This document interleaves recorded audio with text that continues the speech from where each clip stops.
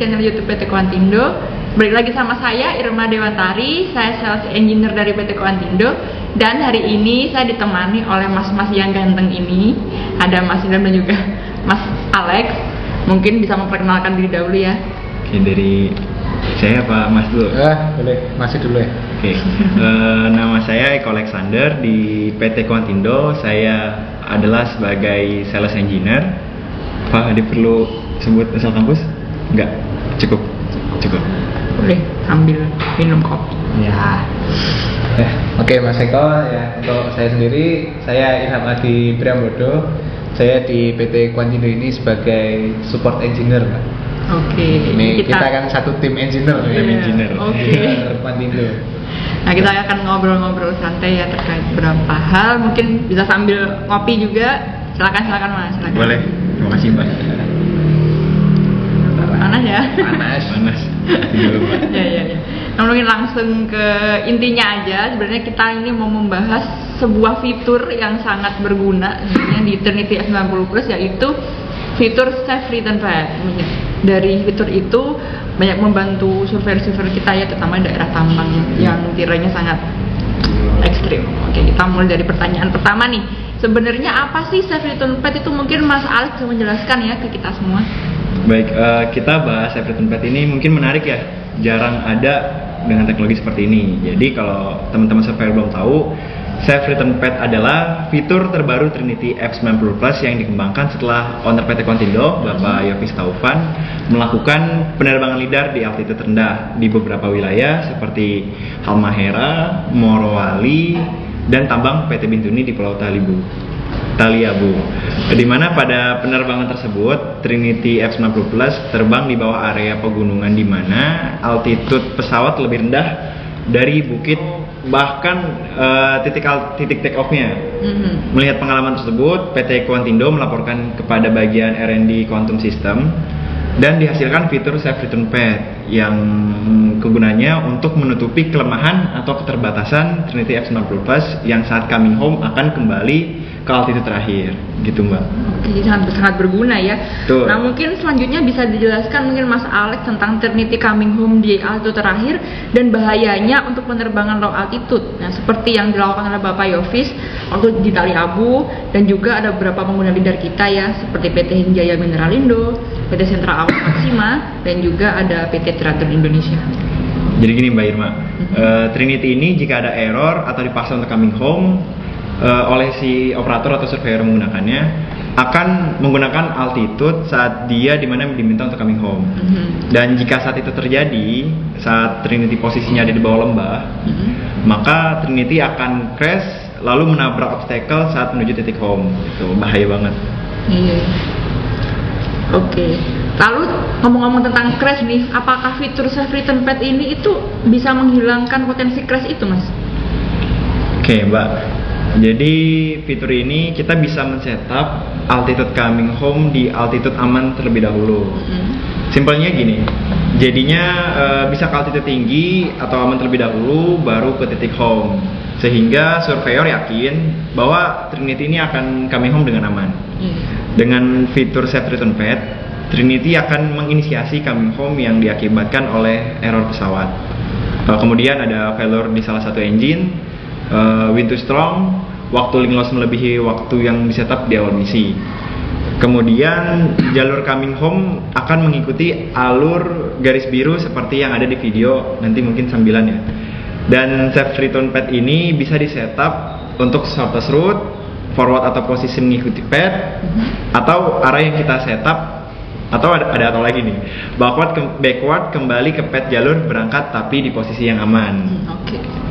Untuk terrain yang ekstrim, maka disarankan agar hanya membuat titik waypoint Safe Return Pad ini di area yang berpotensi crash jika Trinity F90 Plus ini coming home, yakni dengan memilih opsi shortest ke home point, dan tiap waypoint bisa disetup pada ketinggian aman dari obstacle lalu ke titik home. Namun jika Trinity F90 Plus ini berada di minus 300 altitude dari tebing atau lembah di sekitarnya, bisa dibuat waypoint untuk safe return path ini bertahap untuk menuju altitude ke altitude yang aman sebelum menuju ke titik home point. Lalu ada batasannya. Nah, batasan path ini untuk safe return path adalah 10 waypoint, Mbak. Jadi surveyor bisa membuat path di area-area yang dianggap berada di wilayah atau di bawah altitude bukit atau lembah dan dapat memilih rute shortest. Saat menggunakan safe return path ini diusahakan kita mengatur link loss di angka 70% dari total misi yang kita setting atau kita buat. Misalkan kita punya perencanaan untuk misi 50 menit, maka link loss tolerance kita atur atau kita set di waktu sekitar 40 menit. Tujuannya adalah agar menghilangkan potensi coming home akibat link loss tolerance, dan surveyor hanya akan menghadapi coming home akibat seperti system failure, seperti airspeed sensor error, elevator malfunction, GPS loss, atau wind too strong, seperti itu, Mbak. Jadi sangat rinci banget ya penjelasan dari Mas Alex ini. Oke, selanjutnya ini tentang pengalaman langsung di lapangan ya. Kita akan ngobrol dengan Mas Ilham. Nah, jadi Mas Ilham ini tuh baru saja melakukan commissioning ya di PT Aginkot, mendampingi Bapak Yovis Taufan di Medan, mana? Tapanuli ya? Tapanuli, iya, Tapanuli, sekitar situ lah ya. Nah, jadi ini kita mau nanya nih, dari pengalaman Mas Ilham sendiri yang sudah pernah terbang menggunakan safe return path di PT Aginkot, bagaimana Mas realisasinya penggunaan fitur ini di lapangan? Nah, oke, baik Mas. Jadi kemarin ya beberapa waktu yang lalu lah, saya dan Pak Yovis Taufan ini melaksanakan commissioning di PT Aginkot Resources. Nah, selama commissioning ini kami menjalankan sekitar 9 kali penerbangan, Mbak. Wow. 9 kali penerbangan dengan waktu misi selama 55 menit lah. Nah, dari selama 9 kali penerbangan tersebut, kami hanya mengalami 2 kondisi ketika drone menjalankan prosedur safe return path seperti yang telah kita masukkan ke misi. Nah, jadi untuk yang pertama ini safe return path ini bekerja ketika waktu itu Mbak, kan terjadi hujan, lalu airspeednya error. Nah, seperti yang dijelaskan oleh Mas Eko tadi, safe return path ini akan aktif ketika drone mengalami malfunction, salah satunya yaitu airspeed error. Nah, waktu itu hujan, kan biasa kan air bisa masuk ke dalam airspeed sensornya. Nah, setelah itu drone akan menginisiasi untuk coming home melalui safe return path.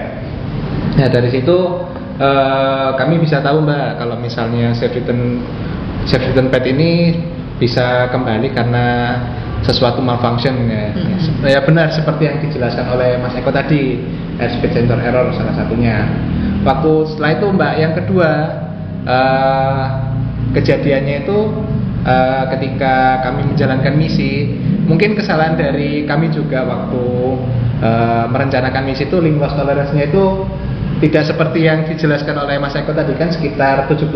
Jadi kalau misalnya misi sekitar 50-55 menit, berarti link loss tolerance-nya sekitar 40 menit. Nah, mungkin waktu kemarin kesalahan kami, link loss tolerance-nya kami set di angka sekitar 20 menit, 20 sampai 30 menit, sehingga ketika link loss tolerance-nya melebihi batas waktu, kan drone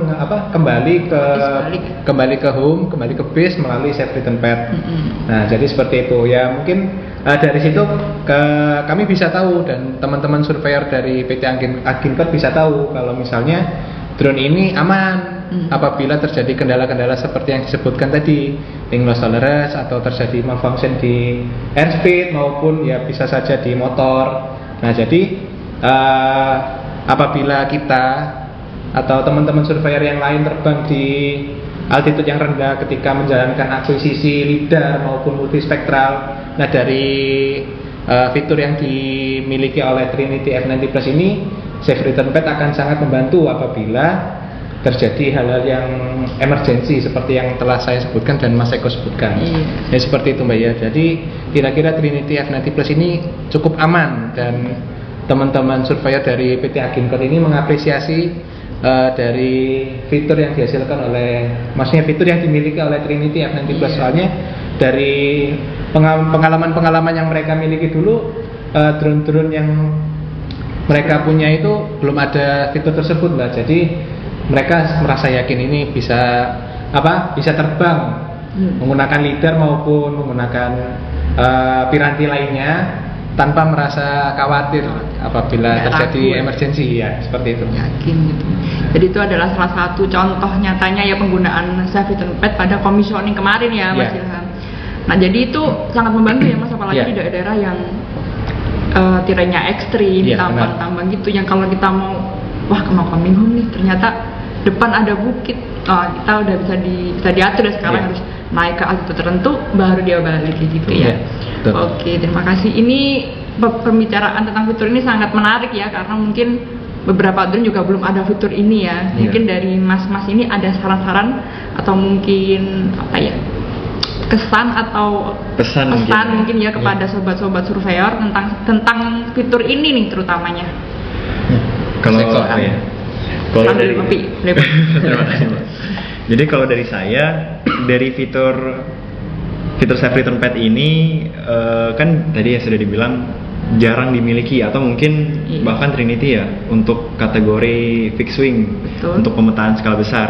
Jadi fitur ini sudah hampir menyerupai dengan drone-drone yang dipakai pada umumnya seperti untuk fotografi atau mungkin untuk hobi gitu. Jadi sangat membantu lah dengan sistem seperti ini atau fitur seperti ini. Gitu kalau dari saya.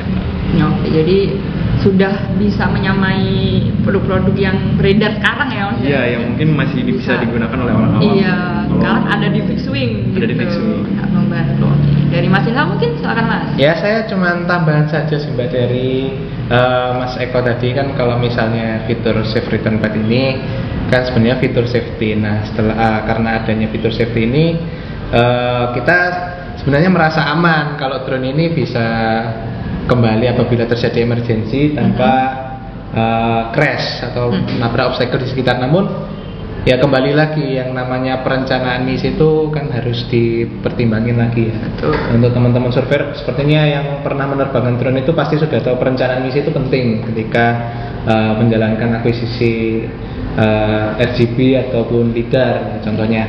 Nah, jadi dengan adanya bantuan safe return pad ini, untuk fitur yang dimiliki Trinity F90 Plus ini kan dirasa lebih aman secara safety, dan juga ya apabila terjadi emergensi bisa kembali ke base Dengan aman. Dengan dengan aman ya, tanpa terjadi hal-hal yang tidak kita inginkan, seperti itu Mbak. Jadi dari pembicaraan ini dari kelihatan ya kalau Trinity sebenarnya tuh mudah penggunaannya ya, Mudah. udah banyak fitur-fitur di dalamnya yang membantu, apalagi untuk orang yang mungkin baru belajar fixed wing terus bingung gimana nih, nggak ada safety-nya bagaimana, padahal ada, tinggal Ya. kita perencanaannya gimana. Ya, Ini udah benar. lengkap banget, pasti aman gitu. Semoga pembahasan kita dimengerti oleh Iya, teman-teman semoga surveyor. dimengerti ya sobat surveyor ya, dan semoga bermanfaat juga untuk sobat surveyor kedepannya, apalagi yang ada di daerah tambang atau yang site-nya itu tirainya sangat ekstrim gitu. Mungkin untuk pembahasannya sampai di sini aja ya Mas-mas Ya. ganteng. Mungkin kita akan berjumpa di lain waktu di konten-konten Quantindo selanjutnya. Terima kasih, kami undur diri.